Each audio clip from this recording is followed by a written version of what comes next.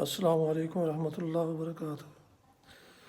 محترم ناظرین اور سامعین، امید ہے آپ اللہ تعالیٰ کے فضل و کرم سے خیریت سے ہوں گے۔ تو اسی کے ساتھ آج کے راہ ہدایت و نجات کے سلسلے کا بلاگ درس قرآن پاک کا آغاز کرتے ہیں۔ الحمدللہ وکفی والصلاة والسلام علی من لا نبی بعد، اما بعد فاعوذ باللہ من الشیطان الرجیم، بسم اللہ الرحمن الرحیم۔ فاقم وجهك للدین القیم من قبل ان یأتی یوم لا مرد له من اللہ یومئذ یصدعون، من کفر فعلیہ کفرہ ومن عمل صالحا فلأنفسہم یمہدون، لیجزی الذین آمنوا وعملوا الصالحات من فضلہ انہ لا يحب الکافرین۔ صدق اللہ العظیم۔ لہذا تم اپنا رخ صحیح دین کی طرف قائم رکھو قبل اس کے کہ وہ دن آئے جس کے ٹلنے کا اللہ کی طرف سے کوئی امکان نہیں ہے۔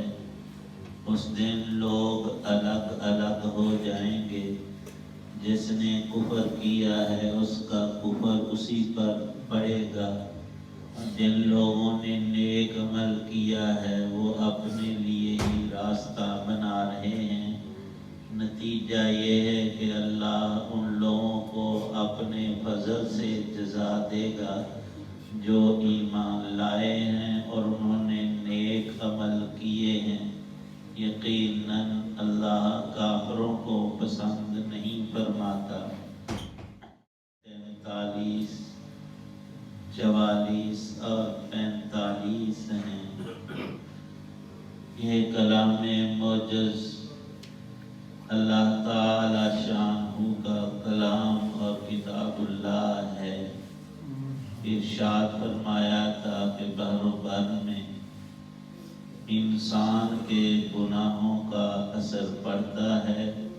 حدیث پاک میں ہے کہ انسانی عصیان کی بنا پر صرف لوگوں ہی کو نہیں بلکہ پرندوں اور چرندوں اور دیگر مخلوقات پر بھی قحط کی صورت میں جو سختی آتی ہے تو ہم انسانوں کا ان کے ہاں بھی مجرم ہونا ثابت ہے۔ ہر اللہ کی نافرمانی سے جو فساد اور فتنہ پڑتا ہے تو ہر نیک عمل سے زمین میں خیر بھی آتی ہے، رحمت کا معاملہ ہوتا ہے۔ حق تعالی شانہ نے ان آیات میں اسی بات کی تلقین فرمائی ہے کہ اے مخاطب، تو اپنے آپ کو دین قیم، دین اسلام پر قائم اور پابند کر لے۔ قیامت کا دن اللہ تعالی شانہ کی ملاقات کا وعدہ اور اللہ پاک کے سارے وعدے سچے۔ جب وہ دن آئے گا کوئی شخص اس میں حاضری سے نہ بچ پائے گا نہ چھپ سکے گا، اور اس دن کے آنے کو کوئی روک نہیں سکتا، ٹال نہیں سکتا، اور حق تعالی شانہ اس کو ہرگز موقوف نہیں فرمائیں گے، اور پھر مہلت والا کوئی سلسلہ ہرگز نہیں ہوگا۔ اور ارشاد ہے حق تعالی شانہ کا، یومئذ یصدعون، لوگ الگ الگ کر دیے جائیں گے۔ مجرموں کو ڈانٹ کر نیکوں سے الگ کیا جائے گا میدان محشر میں۔ اور قرآن پاک نے اس کے لیے جو الفاظ چنے ہیں بہت ہی جامع، فریق فی الجنہ، ایک گروہ کو دیکھو یہ جنت والے ہیں، ان کے چہروں پر بشاشت، خوشی، رونق اور دوسرا کرو فی السعیر فریق فی الجنت و فریق فی السعیر. سورہ شورا کے پہلے رکوع میں ارشاد ہے دو گروہ ہیں، ایک جنتیوں کا ایک دوزخیوں کا. اللہ پاک تو ہم دیکھنا چاہیں ہمارا حشر کن میں؟ فرمایا من کفر فعلیہ کفرہ. یہ جو بالسعیر ہیں ان کا کفر و شرک، عصیان و طغیان، ان کے گناہ انہیں برباد کر گئے. ومن عمل صالحا، جس نے ایمان کی حالت میں کوئی بھی نیک کام کیا، فَلِأَنفُسِهِمْ يَمْهَدُونَ، اس نے جنت کی راحتوں اور نعمتوں کو اپنے لیے جمع کیا ہے. لِيَجْزِيَ الَّذِينَ آمَنُوا وَعَمِلُوا الصَّالِحَاتِ، لازماً جزا دینی ہے اللہ تعالی شانہ نے ایمان والوں کو اور نیک اعمال کرنے والوں کو من فضل ہی، اپنے خاص فضل سے. قرآن پاک میں یہ قید، یہ لفظ بڑھایا گیا ہے. حضرت عبداللہ ابن مسعود رضی اللہ تعالی عنہ ارشاد فرماتے ہیں کہ مومنین پر اللہ کا فضل و کرم اتنا زیادہ قیامت میں ہوگا کہ اپنے خاص عفو اور بخشش سے اہل ایمان کو دوزخ کے اوپر جو پل ہے، پل صراط، اس سے اللہ پاک بلائے جنت میں داخل فرمائیں گے. اور سب اہل ایمان کو ان کے نیک اعمال کے اعتبار سے جنت کے درجات بخشیں گے. لیکن اس سے پہلے کا منظر جو حضرت رسول پاک صلی اللہ تعالی علیہ وسلم نے ارشاد فرمایا کہ 3 باتیں ہر مسلمان کی الگ لکھی ہوں گی. ایک رجسٹر ہے، اس میں سارے نیک عمل بندے کے درج ہیں. دوسرے میں اس کے گناہ ہیں. تیسرے میں اللہ پاک کی نعمتیں جو زندگی بھر اسے ملی پیدا ہونے سے لے کر وفات کے وقت تک. اللہ تعالی شانہ ارشاد فرمائیں گے کہ ایک میری نعمت جو یہاں درج ہیں، یہ دنیا میں استعمال کر کے بندہ آیا، ان میں ایک چھوٹی نعمت کو اے فرشتوں نکالو اور اس کے برابر اس کے نیک اعمال کو لے لو. تو فرمایا نبی پاک صلی اللہ علیہ وسلم نے انسان کی نعمتوں میں جو اللہ نے دنیا میں بخشی تھی، ایک نعمت کو فرشتے نکالیں گے اور اس کے اندر ہماری ساری نیکیاں سما جائیں گی، اس کا عوض ہو جائے گی. اور باقی نعمتیں کہیں گی اے اللہ پاک، اس بندے کے پاس اب نیک عمل تو ہے کوئی نہیں، اور ہم اتنی نعمتیں تیری باقی ہیں، یا اس کا یہ گناہوں کا ایک رجسٹر پڑا ہے. تو اللہ پاک ارشاد فرمائیں گے کہ میں اس بندے پر ایمان کے سبب سے فضل اور اپنا کرم کرتا ہوں کہ ساری نعمتیں اسے معاف کر دیتا ہوں، ان کا حساب کوئی نہیں، اور اس کے گناہوں کو معاف کر دیتا ہوں. تو اب فرشتوں دیکھو، اس کے جو نیک عمل ہے وہ سارے باقی رکھو، ان کو منہا نہ کرو. یہ ایک حدیث میں نبی پاک صلی اللہ علیہ وسلم نے ارشاد فرمایا کہ تمہاری نیکیاں ہوگی تھوڑی، سینکڑوں یا ہزاروں میں، اور تمہیں نیکیوں کا اجر ملے گا لاکھوں اور کروڑوں اور اس سے زیادہ. فرمایا کہ اللہ تعالی شانہ کا یہ کرم دیکھو کہ مسلمان بندہ ایک دفعہ سبحان اللہ کہتا ہے، صرف سبحان اللہ اس نے پڑھا ہے، اللہ پاک فرشتوں کو حکم دیتے ہیں 1,00,000 نیکی اس کی لکھ لو. ایک سبحان اللہ پر فرمایا کہ مسلمان جب اللہ اکبر کہتا ہے تو زمین سے آسمان تک جتنا خلا ہے خالی جگہ اس کے ایک دفعہ تکبیر پڑھنے سے بھر جاتا ہے۔ زمین سے آسمان تک کتنا بڑا خلا ہے۔ اللہ کی ذات بہت ہی بڑی ہے اور اس کے فیصلے جو ہیں حق تعالی شانہ کے جہاں اٹل ہے وہاں حکمت رحمت سے بھرے ہوئے ہیں۔ اور یہ جو ارشاد فرمایا کہ قیامت ٹل نہیں سکتی، آگے پیچھے نہیں، اس کا ایک چھوٹا مفہوم بھی قیامت صغریٰ کا روایات میں آیا۔ ایک سارے جہان کی قیامت ہے اور ایک انفراداً ہر شخص اور چیز کی قیامت ہے، اور فرمایا وہ بڑی قیامت کبریٰ ہوگی۔ یہ دنیا سے انسان کا چلے جانا، کسی برتن کا ٹوٹ جانا، کسی چیز کے وجود کا ختم ہو جانا، یہ اس شے اور اس انفراداً اس شخص کی قیامت شروع ہے۔ اور یہ ہم تو سمجھتے ہیں موت اور یہاں سے چلے جانا نقصان دہ ہی ہے، نہیں۔ علماء اعظام نے کتابیں مستقل لکھی ہیں کہ مومن کے لیے حق تعالی شانہ نے اور بالخصوص متقی نیکوکار کے لیے یہاں دنیا میں ابھی آخری سانس لے رہا ہے، ادھر اس کے سامنے جنت کی نعمتیں اور راحتیں آنا شروع ہو جاتی ہیں۔ فرمایا جیسے مکھن سے بال نکال لیا جاتا ہے سہولت کے ساتھ، خود ہی کھنچ جاتا ہے، مومن کی روح بڑی ہی آسانی سے اس کے بدن سے خوشی کے ساتھ یوں اچھل کر نکلتی ہے کہ فرشتے اس کو خوشخبریاں سنا رہے ہوتے۔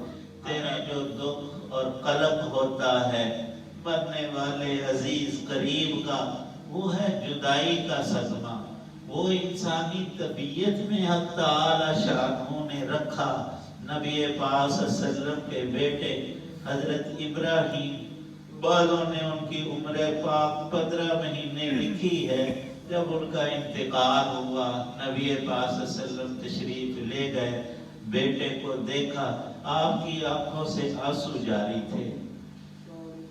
ایک مدینے کے بڑے سردار صحابی وہ عرض کرنے لگے کہ ہمارے ہاں یہ طریقہ ہے کہ ہم بڑے لوگ بڑے حوصلے اور ایسے کاموں میں سختی سے لیتے ہیں اپنے آپ کو، آپ تو اللہ کے رسول ہیں، آپ رو رہے ہیں۔ تو آپ نے ارشاد فرمایا کہ یہ آنسو رحمت کے ہیں، اور آپ کے لفظ پاک ہیں کہ اے ابراہیم، اس بیٹے کا نام آپ نے ابراہیم رکھا تھا کہ تیری جدائی میں ہم غمگین ہیں۔ یہ غم اللہ پاک کی طرف سے ہے، اور مومن کے لیے اس پر کتنا عظیم ترین اجر ہے۔ اور مرنے والا جتنا نیکوکار، ہم سے جدا ہونے والا، اور وہ ایمان اور عمل صالح کا حامل تھا، تو ہمارے لیے حکم ہے، فرمایا ہے نبی پاک صلی اللہ علیہ وسلم نے کہ اذکروا محاسن موتاکم، تم اپنے مسلمان جدا ہونے والوں کے نیک اعمال کا تذکرہ کرو۔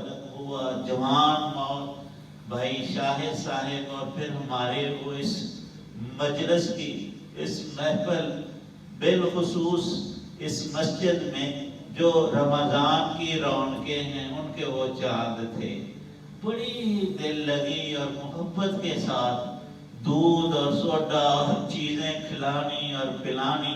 پھر یہاں تک نہیں، اس اللہ کے بندے کو اللہ نے توفیق بخشی کہ ایک ہی بیٹا تھا، اسے چاہتے وہ ڈاکٹر اور دوسری طرف لے جاتے دنیا داری، انہوں نے اسے قرآن حفظ کروایا۔ اب بچے ہیں وہ پوری توجہ نہیں کرتے، اس کا ہم بچوں کا یہاں سنتے ہیں قرآن رمضان میں، وہ بچہ سنا نہیں سکا، بڑا انہیں قلق اور دکھ ہوا۔ قاری صاحب نے ہم سب نے حوصلہ دیا کہ نہیں، اگلی بار اس سے اگلی بار گھر میں پڑھ لے۔